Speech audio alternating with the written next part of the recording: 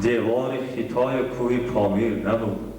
در پشت سرم لطه مزاران بودند با لطه پاره پاره سرخ و کبود.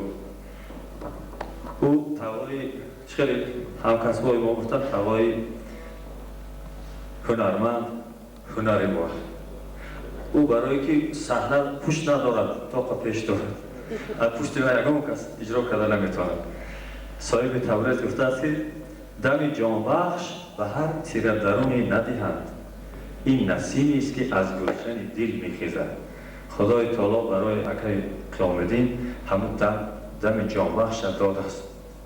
او دل صاف داده است. زیاده از برای ما محنت میکند، زحمت میکشد. از سال 70 است که ما یکدیگر را میشناسیم.